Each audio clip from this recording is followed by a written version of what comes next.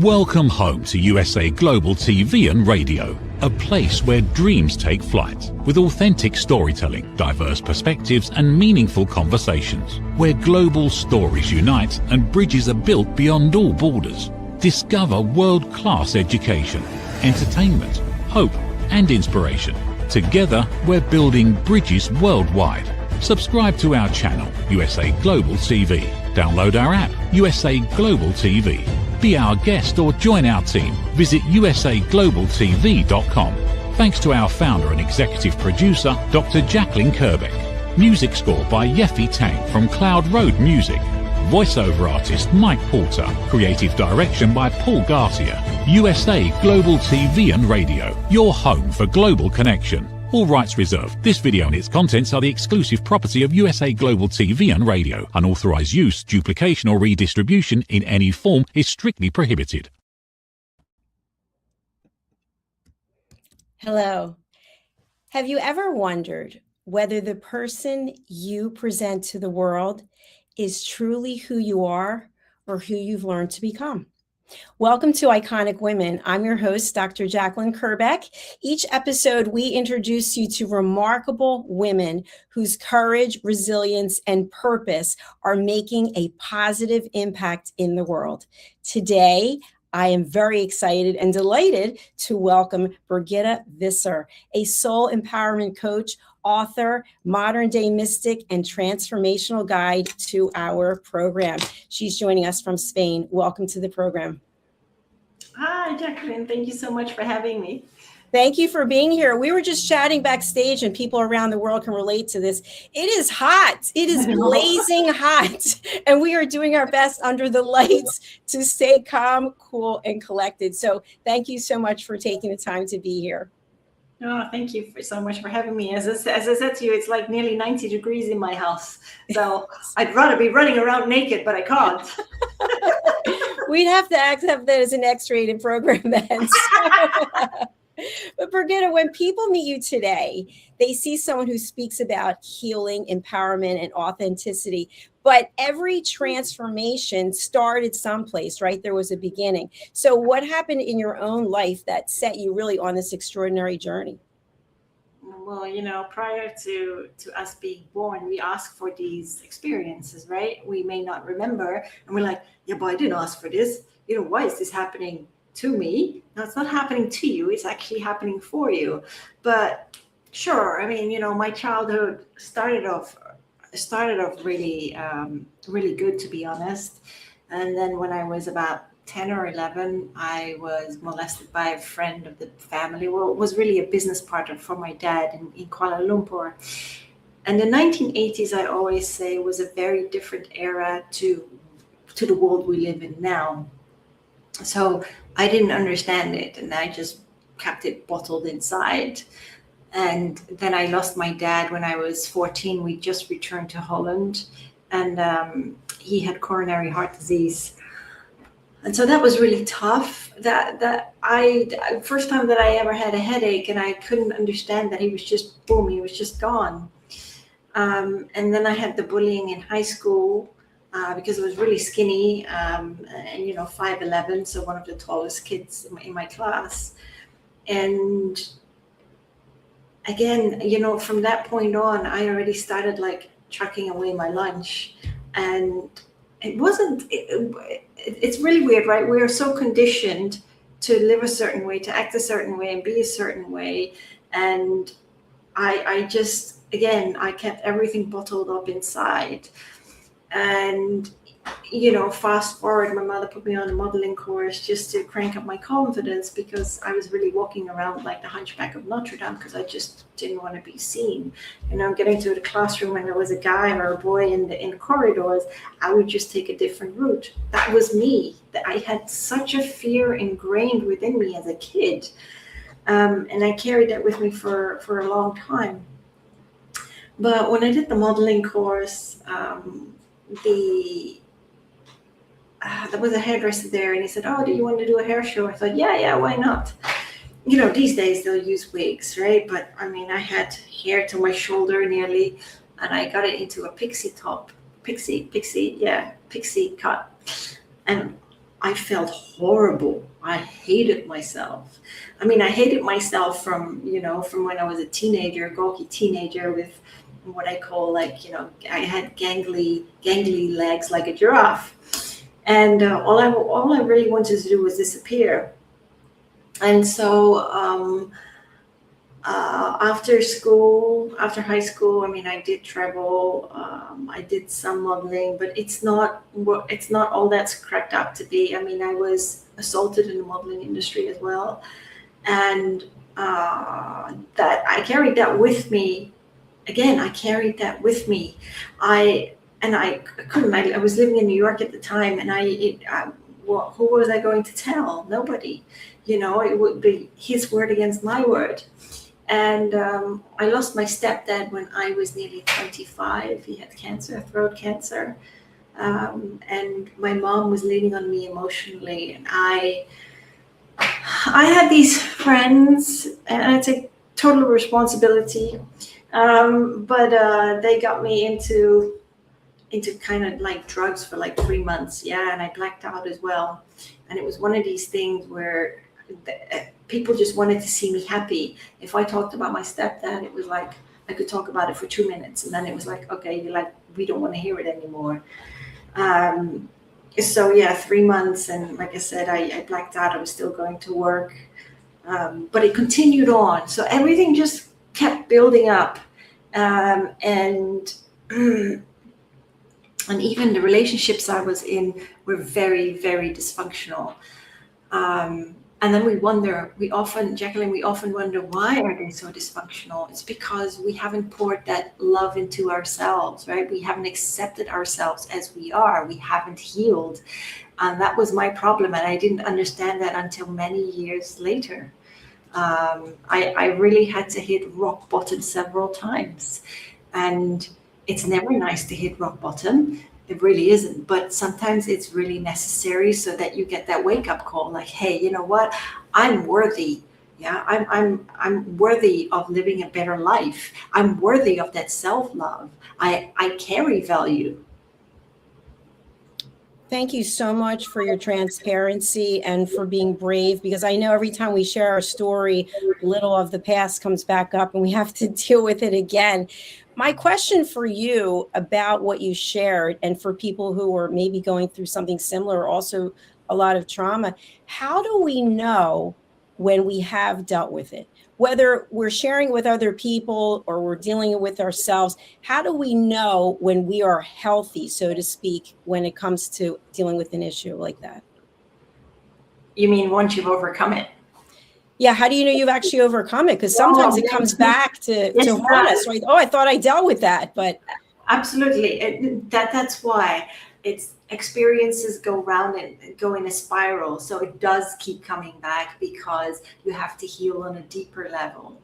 But the beauty about it is once you overcome something, you carry no more bitterness towards that experience. You don't have that anger, that frustration. You can talk about it without getting, so to speak, emotionally attached. When we talk about the emotional freedom technique, for instance, right? There's something, a modality I also studied, is where we tap the emotions out of the experience. And it's a very powerful tool. It's worked for me in the past. But when we overcome our trauma, we can talk about it without getting upset, and we understand the experience. That's why I said things do not happen to us. Yeah, because that's that victim mode. They happen for us. And when you realize that things happen for us, you start to analyze and you start to ask yourself, hey, what can I do to create a better life? Why was this person in my life? Why did this person trigger me? And when you get past that, and it doesn't matter whether you go for counseling or you need help getting past the experience, there's absolutely no shame in that. I applaud that. But once you get past that, you're able to breathe and you can let go, and your life, because we are all energy, and your life will start to unfold differently. That is very powerful. And I think that really resonates with me, because I think to some things that happen to me and I'm able to talk about it and I don't get pulled back in. Yeah. And when you look at the woman you were back then, you know, you're a beautiful woman, you're very successful, very accomplished, very well spoken. When you look back to that woman, what would you tell her now based on the journey that you've been on and that you are on? That's a really good question. But you know, back then I was a completely different person, of course, and I was very, very stubborn. I mean, I'm still stubborn, but in a different way. And I would really just sit down with her and ask her why. And I think many women can relate to this. You know, when we get into these abusive relationships or we start repeating the same patterns, it's like, yeah, I would say to her, why are you doing this to yourself? You know, love yourself a little bit more, embrace that inner child, that wounded inner child, and know that you are worthy of more. Would I have understood back then? I would have given her a big hug, right? I would have given myself a big hug. Um, would I have understood it then? I don't know, Jacalyn. I might have, but I just didn't have anybody to speak to all these years ago, because life was very different to what it is now. You know, people are far more open today. Absolutely. And I think something that really pops into my head based on what you shared is that there are times when we do share things with other people and they make a judgment about it. They do. And they make a judgment about us. And now we're carrying that baggage plus this baggage. It's kind of like, right, you mentioned you can't even stand up straight anymore. Exactly. So, you know, one of the things that I've learned in my own experience is that I try to process things myself instead of looking for that external validation, because you're not going to get it. It's like 50-50, right? Absolutely. There's an important point you just stated. Validation. We seek so much validation from outside. Yeah. And we need to seek it from ourselves. We need to sit with ourselves and just be. And again, pour that love back into our own hearts first and foremost. And we think, when we talk about external validation, I think it comes from a lot of it comes from social media, TV, you name it. Again, because we've been told to live a certain way and be a certain way and act a certain way, as I said earlier, and we follow the fad, we follow the trend, but actually, you know, we should be true to ourselves. And when people say, hey, you know what? Just be your own authentic selves. And they're like, yeah, but what does that even mean? It means that you live with integrity and that you're honest with yourself, that you accept yourself the way you are, and that you can look in the mirror and tell yourself, my dad used to always say this when we were kids, you know, look in the mirror and tell yourself that you love yourself. Ha ha ha. We were laughing. My sister and I were laughing. But it is very true now. I look back in it and it's really so important to love yourself, because I didn't love myself. Oh my God. I was a pro at starving myself. Yeah, that's what I could control. I was a pro at working my socks off 7 days a week, no matter where I planted my feet in the world. I was this little chameleon. I would just blend in. And that's what kept my demons at bay at the time. I was really like a Houdini. Until I learned many, many years later that I really just had to sit down with myself and, you know, speak to the demons that were stuck in my head. Because that's the thing, right? It doesn't matter what we go through. It's our trauma that's trying, I call them the demons in our head, but it's the trauma that's trying to say, hey, listen, we want to be healed. Can you just sit down for a moment? And, can we get you back in balance? So that your soul is aligned back into your body. And that's the thing. When we're not aligned, we suffer from dis-ease. I call it dis-ease because it comes out in some way, form, shape, or another, and we get ill. And ill is an acronym. It means we become imbalanced of love and light. Yeah, because we're not giving that to ourselves. Absolutely. And one of the statements that I've heard people make over time, I don't know if I made it myself decades ago, but it was, I'm looking for my better half. And we're looking for like half of a person many times because we're not a whole person. Correct. So you mentioned about loving yourself. We have to love ourselves first, meaning we have to accept ourselves for who we are. But when you ask people to actually do that work and look in the mirror, sometimes it's hard to even look in the mirror and see what's staring back. So what are some of the steps that you would recommend people take first to get to know themselves and to be able to just sit with themselves? Isn't that the saying, what, to know thyself is to love thyself? Right? Yes. Exactly that. Well, everyone is different. No two people are the same. And I say that in my healing practice as well. You have to do what feels right for you, what aligns with your spirit. So for me, as an example, the steps that I took, I was so far down the chute, right? You could probably call me depressed. As my psyche was I've been living the same patterns repeatedly year after year after year. And even though I peeled back the layers I started, I think, in 2009 or 2010. And I'd gone through a really, really bad breakup because my ex was in bed with the Crips in Holland, and I had my life threatened. And I helped the police save my ex's life because he was a part-time crack addict. And so when my mom got me out of Holland. This is an example. My mom got me out of Holland in the space of several days, back to the UK, where I'd rented an apartment. And I downed a whole box of ibuprofens because I was just like, what the heck, man, I don't really care. All that did for me, Jacalyn, was it gave me like 12 hours sleep. And I did get up the next day and I was like, yeah, you know what? I can't go on like this anymore. So I knew I had to put on my big girl pants and say, you know what, I'm going to take responsibility for my life because I want a better life. I cannot live like this anymore. And so I went to see a counselor.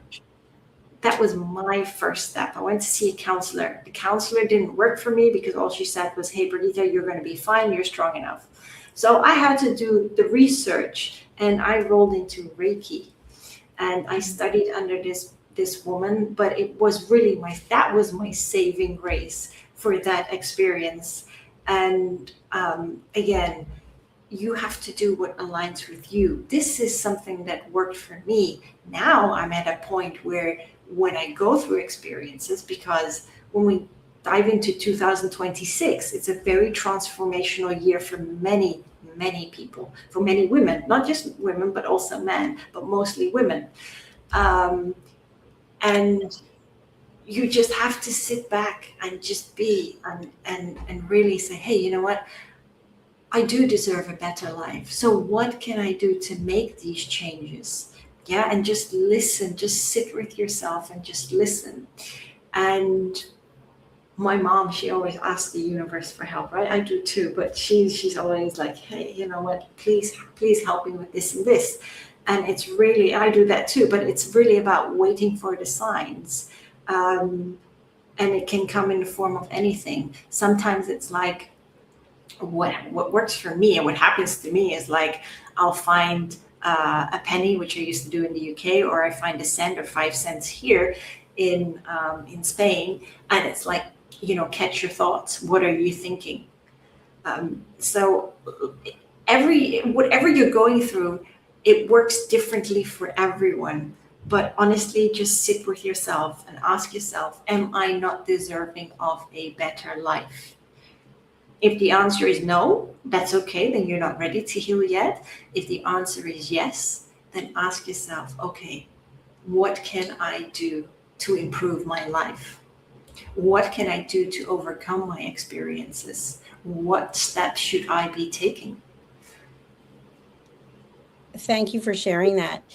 we have a number of people who are watching on the live who are posting comments. I normally don't do this, but there's a common theme with all of them, and it's about religion. It's about Jesus Christ is the only one who can save you. So what are your thoughts about that? Where does religion come into play or not come into play with what we're talking about today? So everybody's on their own journey, right, Jacalyn? We're all on our own journey. If religion works for you and you believe that Jesus is your savior, Jesus stood for love, unconditional love. Yeah, that's what he practiced. That's what he preached. And the thing is, our divine essence is love. That is our main ingredient. That's how we're born, right? We just forget because we get so conditioned by society and the way that we are raised. I'm no exception to the rule. But Jesus is it's about Christ consciousness. And Christ consciousness merely means that return to a love for ourselves and each other. But if you are judgmental and you do not have that love for yourself, then how can you ever love another? Yeah, Jesus said, love thy neighbor. And yeah, he was right, because when we are free of judgment, when we love ourselves and we love other people, regardless of the experiences that they throw at us or the triggers, we can just say, hey, thank you. There's one thing, with Saint Germain, because I do channel him, and he always says, you know what, whatever you're going through, just take a deep bow in gratitude and just say, I love you, but I love me more, and walk away from the experience. But remember, life is merely a return to love, nothing more, nothing less. So if you can learn to love yourself and love others, oh boy, how different the world would be. I agree with you. I'm a peace ambassador myself. And I do believe, many times people post things and they are filled with judgment themselves, just the comments, that the only way is the way that you're posting. So people who are posting, think about what it is that's the underlying foundation of you posting what it is you're posting. I would like to talk a little bit about the work that you do. You are a soul empowerment coach. That's one of the things that you do. What does this mean for people who are not aware of this? It's in the wording. It's actually, I always say it's in the wording because it's empowering our soul. It's really about empowering our soul and taking back our I am power, standing in our power, and again, understanding that we are worthy of living a better life. And that's really what it's about, because I'm sorry, we give our power away like sweets in a candy jar. That's what we do. And then we sit there and we're just riddled with anxiety, or we're riddled with insecurities. And we're like, yeah, but people say, well, you're not supposed to do this. You're not supposed to do that. Well, I'm here to tell you that, hey, take back your power and live your life in integrity and your truth. That is what is important. Because otherwise, hey, we'll just keep wearing the masks, right? Because a lot of people wear masks and they cannot be themselves. And they have this negative committee in their head telling them how they should be behaving and how they should be living their lives. And it's like, you need to learn to shut that negative committee up in your head, because it's affecting everything in your life. Because I always say this, we are sacred geometrical beings consisting of energy, which creates frequency. Yeah. So what we vibe out, we reel back in. Yeah. That's the cause of law and effect.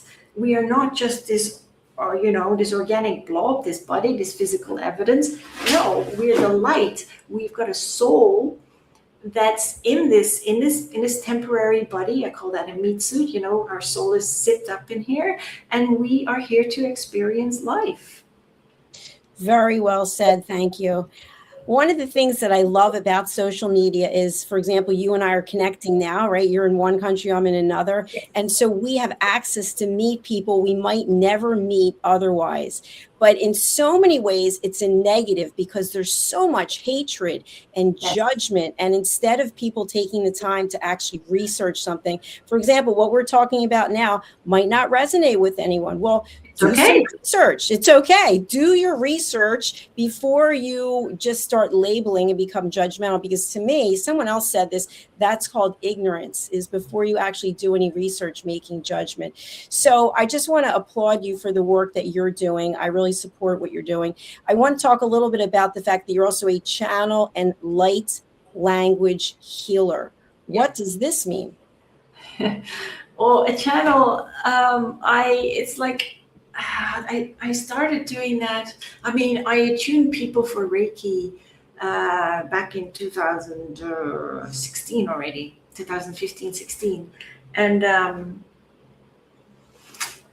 I went to a workshop because I did some Akashic record healing. And Akashic record healing, for those of you who do not understand what that is, it's going through your past lives, because it's not just when let me take a back step before I dive into what a channel is. When we go through traumatic experiences or pain, it can also stem from our ancestral lineage. And you're like, well, how can that be? Of course, because when we grow in the womb, we carry the DNA from our lineage. And, and we carry that within our DNA, within our cells. And so we often get stuck in a repetitive pattern. That's one thing. But anyhow, yes, so I started channeling in about 2017, only because I kept having the same type of relationships, right? It was every time when I met someone new, it was just packed in a different package, so to speak. And my guys are like, oh, let's see what Birgitta's going to do now. And what did I do, right? I was really enabling the guys in my life. I would do everything for them. And we can't do that. We have to allow for people to grow. And I was trying to mold them and change them to my liking. We can't do that. We have to accept them as they are. We can learn a lot from one another. But that's something that I had to learn. So when I went, I went to this workshop because Alania Starhawk, she's in Florida, she helped me with overcoming, very traumatic relationship. And the beauty about that was walking through the Akashic records, the energy changed because that was healed. And all of a sudden he left me alone and I could breathe. I could really breathe. And so she had a workshop and there was a meditation and she counted to 3. I don't know where I went, Jacalyn. And probably 15 minutes later, she counted back from 3, 2, 1, and I was back in the room.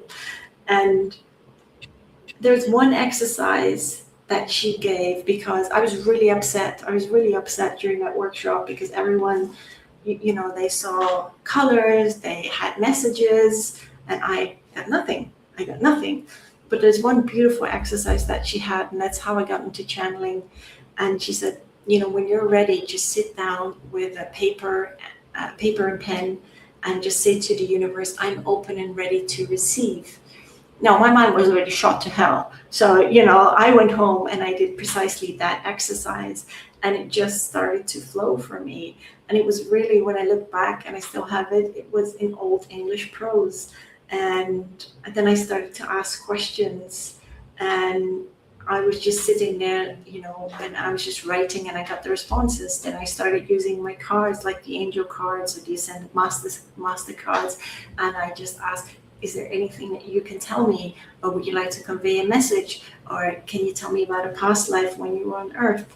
And that's how I got into channeling. And it became like second nature to me. It's like when you go to the gym, right? You can't just go for one session.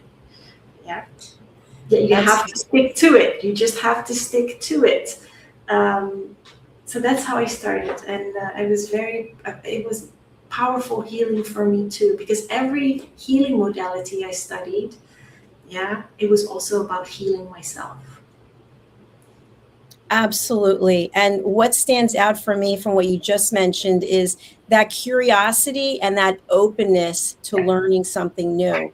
And I think for all of us, we go through the journey of life and we are in pain at some point, whether it's emotional, spiritual, physical, and whatever that method is that we heal ourselves, if it's in a positive way. You mentioned drug addiction, right? That is something that people turn to. I know people have done that and ultimately have passed away. So we want to find healthy ways to help us address whatever it is we're going through in life. So how do you actually work with people? We have your website and we've got all of your links, but for people who are out there watching now or later, they might think, you know what, this is really interesting to me. I've got some healing to do. How can I work with you? Yeah. So I'm truthfully, you're going to laugh at this, I'm often people's last resort, because they're like, what the heck, man, what is light language? What does that do? And it's the cosmic frequency of love, and I thank you for that. And I mean, honestly, they come to me when they're tired, when their back's against the wall, and they're like, I've tried everything. Can you help me? I said, listen, and I'm very honest about that. I'm just a conduit. I'm just a tool in the toolbox. You are your own greatest healer. And for me, it's just unlocking that potential and, unlocking the pain that they've had tucked away. And so it's beautiful to see how they come out of it. Some people, they get rid of their fears. There are others that have had physical ailments and they've vastly improved. Now, I will say this, never, if you have Western medication, so to speak, right? Never discard that, because holistic and Western do go hand in hand. So yeah. It's and when they hear the language, I've had people cry as well. It's just really an emotional release for them. So I'm always very blessed, and I'm just very humbled to be able to do that work. One of the things that you just mentioned that I'm smiling about when I was backstage is you said people come to you when it's potentially the last option, right? They've tried everything and it hasn't worked. And if they came to you when it was the first option, I wonder how much time they could have saved. But again, we're all on a journey. I know just last night, I was in the urgent care. I am completely covered with hives. I went to get a massage, which is a good thing. I've been going every week and my entire body is covered in hives. And they came out with at the urgent care, all these medications and do this and do that. And I thought, well, you know what? I'm going to see what I can do myself, right? I'll take the medications, but let me work on healing it myself. But I know that most people don't do that. They're like, give me the drugs, whatever the drugs are, let me have them now. And the truth is, until we find out what's at the root cause, and for example, what caused the hives to come out during the massage, it doesn't matter because it's going to come out some other way in the future, right? It will, absolutely. Louise Hay, the late Louise Hay? Yes. She has this book on you can find it online now, and it talks about, if you suffer from a bad back or like hives or anything else, any pain in your body, she stipulates exactly why you're suffering from this pain. It was very much, I had her book, and when I had really, really bad stomach issues, I couldn't hold anything down. And I was stuck in a really toxic relationship, and that was exactly why it happened to me. I couldn't hold any food down. I couldn't even hold tea down. I was a walking skeleton, but I was still working. Yeah, I went to the office and I worked. I wasn't going to sit at home, but it took everything out of me. And what I needed to do was let go of that toxic relationship, but it took me several years to do that. And that's okay. We're all on our on our own journeys here. Yes, we are all on our own journeys. And again, I think it is being open and accepting the fact that there are lessons to be learned. And Yes. so instead of going to that immediate judgment or the blame, it's your fault that this happened. It's what can we learn from it? Let us do some exploration. On the screen right now, we have your website under the tab books. What will people find here? So they will find my collaboration books. Child of the Sun was a bestseller earlier this year. There is another one that's coming out, Evolving on Purpose, in September, where I lightly touch on the year 2026.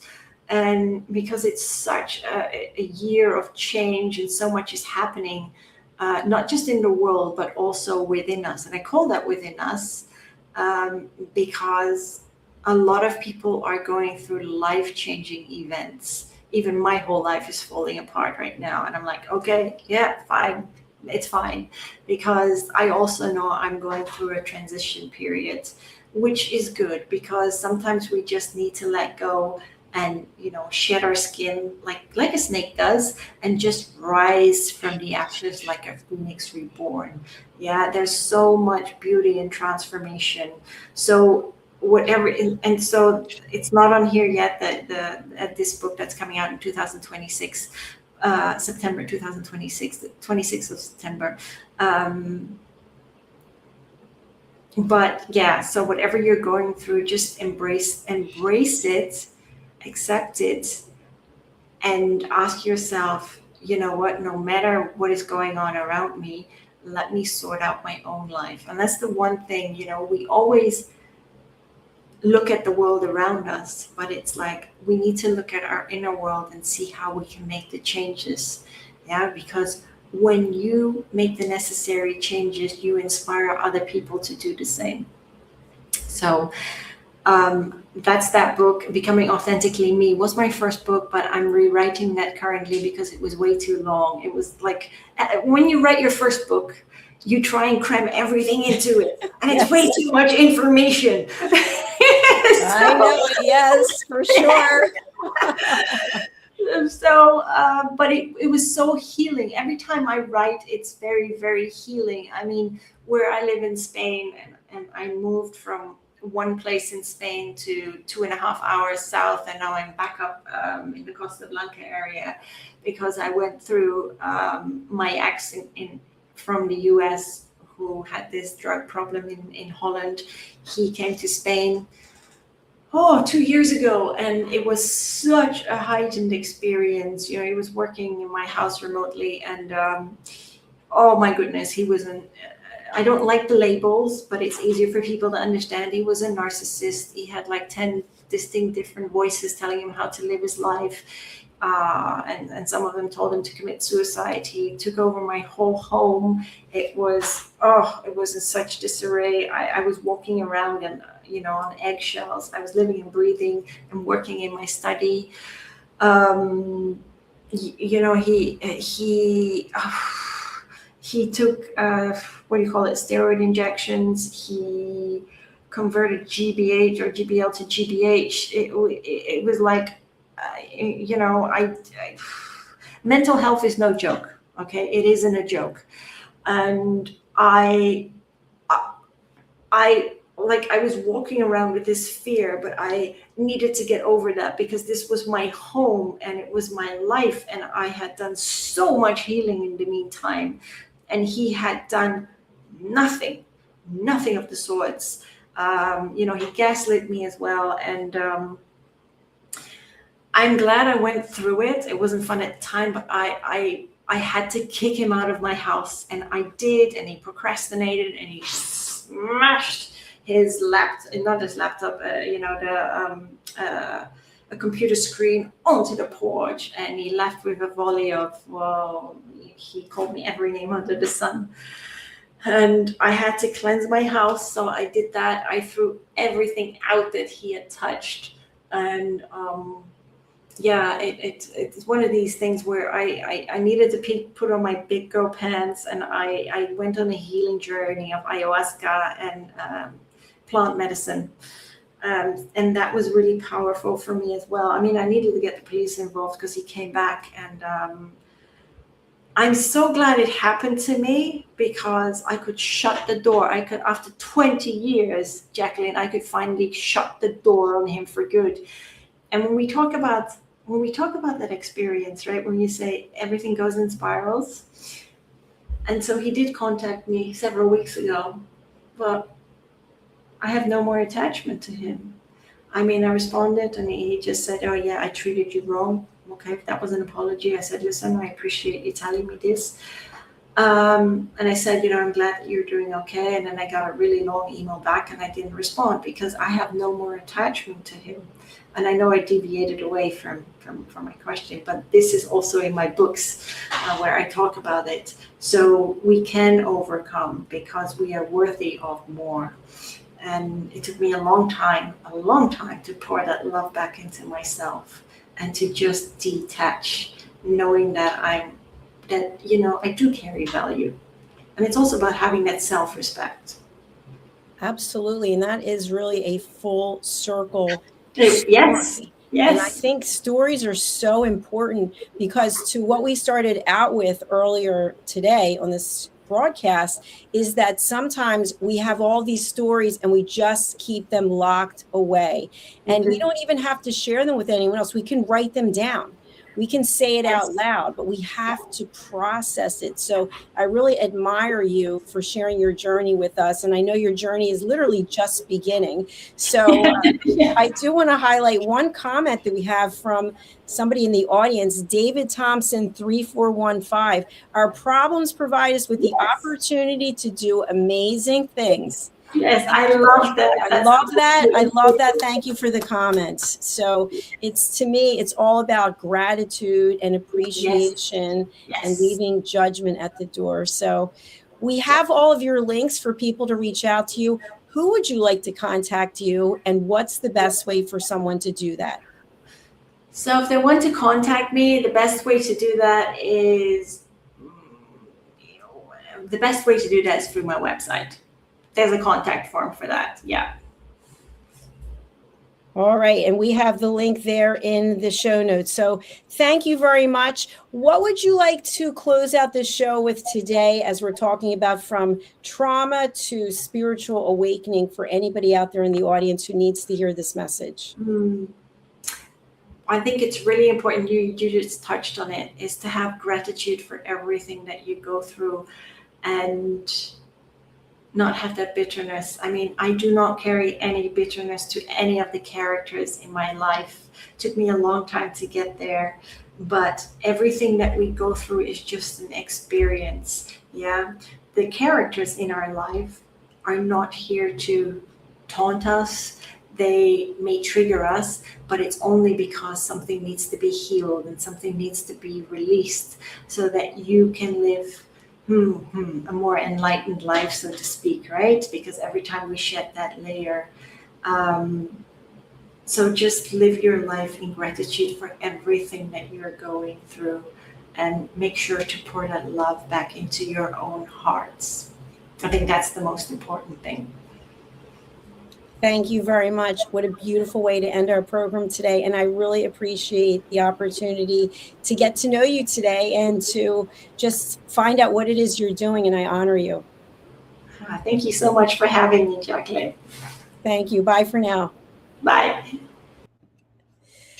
Thank you for watching this episode of Iconic Women. What I'd like to share is I really believe the important things in life are finding peace. And if you can find peace within yourself, if you can have that happiness, instead of how much money is in your bank account, how many of this do you own, how much of that did you do, if you were to rank your happiness on a scale of 1 to 10, where would you be? And so to me, happiness, gratitude, appreciation, and being at peace are the most important things in life. So if this resonated with you, please do consider subscribing to our YouTube channels. We have two of them, USA Global TV and Radio, where we've earned the YouTube Silver Creator Award for over 100,000 subscribers. Thank you very much. And my personal channel, which we started a couple years ago, Dr. Jacalyn Kerbeck. Thank you again. Before we sign off for today, I just want to ask any of you who are going through something where you or family member have dementia. It's a very tough road. My mother had dementia. She died in 2023. I was her primary caregiver, and it is a very difficult thing. There is help. There are resources. And one of our own team members here, Tracy Cram-Perkins, she's written a book called Dementia Home Care Before, During, and After. And she actually has a TV show here with the same name. It'll be on tomorrow. Take a look at this about her book. I highly recommend it. USA Global TV and Radio proudly presents Tracy Cram-Perkins, a dementia caregiving survivor teaching how to balance care with peace of mind. #1 resource for dementia caregivers. It's the book Dementia Home Care, How to Prepare Before, During, and After. Over 17,000 copies sold of this must-have guide. And now a testimonial from Tracy Smith. If I was to describe this book to someone who is going through a similar situation, I would underscore how important it is to have some sort of a tool or a guidebook to help you through certain stages. And there's so many, it's such an unknown topic to the average person. And to have this as a reference is essential. It's going to help you get through it personally, as well as help your loved one manage. To learn more, go to tracycramperkins.com. Tracy Cram-Perkins is an award-winning author. She's also the host of Dementia Home Care television show. Watch it here on USA Global TV and Radio. How much of your value have you been giving away? Saying yes when the answer should have been no? Lowering your price to secure the opportunity? Giving more while receiving less? Over time, it adds up. Until one moment brings clarity, you've been giving away your value. This is not about working harder. This is not about doing more. It's about boundaries. It's about pricing. It's about respect. From Dr. Jacalyn Kerbeck comes a direct and necessary message. Stop over-delivering. Stop underpricing your expertise. Stop negotiating against yourself. Because when you recognize your value, everything changes. Stop giving away your value. Boundaries, pricing, and the business of respect. Available now wherever fine books are sold and on Amazon. A film by USA Global TV and Radio. Executive producer Dr. Jacalyn Kerbeck. Videographer and cinematic production Paul Garcia. Voiceover by Ed Wargas. Stop giving it away. Start owning it. Every great story begins with a vision. At USA Global TV and Radio for years, we've been providing world-class education, entertainment, inspiration, imagination, connections, and hope. Most people don't stay to watch the outro or the credits, but it's the people behind every success, behind every breakthrough, and behind every unforgettable story who matter. The TV show hosts, our guests, our sponsors, our publicists, our production team, our distribution team, our search engine optimization team, and so many more. You're the ones who make the difference. Every great story belongs to the people who bring it to life. Our future looks bright at USA Global TV and Radio, and that's because of you, our loyal fan base all around the world in more than 60 countries. Together, we're making a difference because you matter. USA Global TV and Radio, live streaming to over 60 countries. Voiceover, Dr. Jacalyn Kerbeck. Video production and direction, Paul Garcia. Subscribe to our channel, USA Global TV and Radio on YouTube. Thank you, viewers and listeners of USA Global TV and Radio, for joining us today. We're honoured to have your time and attention as part of our global community.